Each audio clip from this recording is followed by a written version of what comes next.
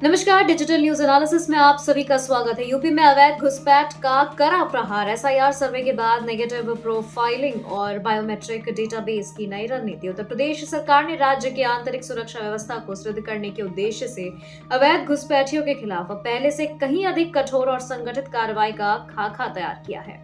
हाल ही में शुरू किए गए एसआईआर सर्वे के परिणामों के आधार पर सरकार ने एक ऐसी प्रणाली लागू करने का निर्णय लिया जो न केवल वर्तमान में अवैध रूप से रह रहे विदेशी नागरिकों को चिन्हित करेगी, बल्कि उन्हें भविष्य में किसी भी प्रकार की फर्जी पहचान बनाकर दोबारा प्रवेश करने से भी रोक सकेगी। इस संपूर्ण रणनीति की सबसे महत्वपूर्ण कड़ी है जाएगा। आपको बता दें कि जिनकी पहचान अवैध प्रवासी के रूप में हुई है या जिन पर संदेश है या रिकॉर्ड सामान्य प्रशासनिक दस्तावेजों से कहीं आगे बढ़कर बायोमेट्रिक स्तर पर तैयार किया जाएगा। इसमें शामिल होंगे आपके fingerprint, facial recognition data, iris record और अन्य विशिष्ट जैविक पहचान संबंधी डिटेल्स।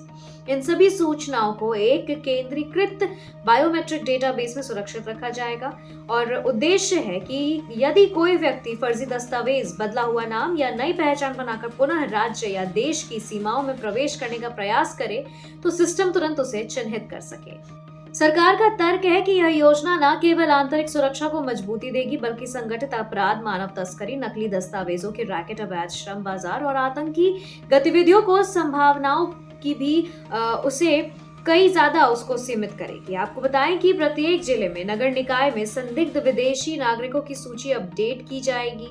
सत्यापन अभियान गति पकड़ सके, इसके लिए विशेष टीम गठित किए जाएंगे।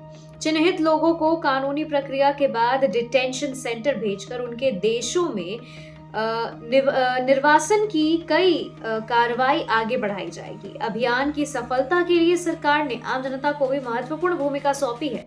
प्रशासन की ओर से अपील की गई है कि मकान मालिक किराएदारों की पहचान का सत्यापन सुनिश्चित करें।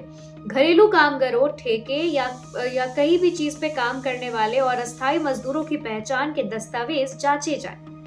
सरकार मानती है कि इससे सामुदायिक सुरक्षा की भावना मजबूत होगी और संदिग्ध गतिविधियों पर समय से रोक लग सकेगी। हालांकि इस योजना के लागू होते ही कुछ सामाजिक और कानूनी विशेषज्ञों ने चिंता भी जताई है।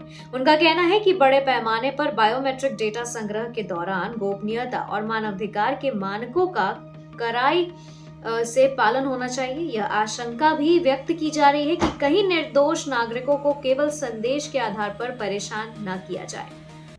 पूरी प्रक्रिया पारदर्शी और जवाबदेह होगी। रिव्यू और अपील की व्यवस्था स्पष्ट रूप से मौजूद रहेंगे। आपको बताएं कि डेटा सुरक्षा के लिए मजबूत तकनीकी सुरक्षा ढांचा भी तैयार किया जाएगा। कुल मिलाकर उत्तर प्रदेश सरकार की यह मुहिम अवैध घुसपैठ, सुरक्षा चुनौती और संगठित अपराध के बढ़ते नेटवर्क पर कड़ा प्रहार माना जा रहा है। यदि यह योजना संवैधानिक संतुलन, मानवाधिकारों के सम्मान और कानूनी पारदर्शिता के साथ लागू हो जाती है तो यह देश के लिए एक मॉडल प्रोजेक्ट बन सकता है और भविष्य में अन्य राज्य भी इसी दिशा में कदम उठा सकते हैं। यह अभियान यह संदेश देता है कि सुरक्षा के साथ साथ सामाजिक जिम्मेदारी भी समान रूप से महत्वपूर्ण है और इसका संतुलित सफल क्रियान्वयन ही वास्तविक चुनौती होगी।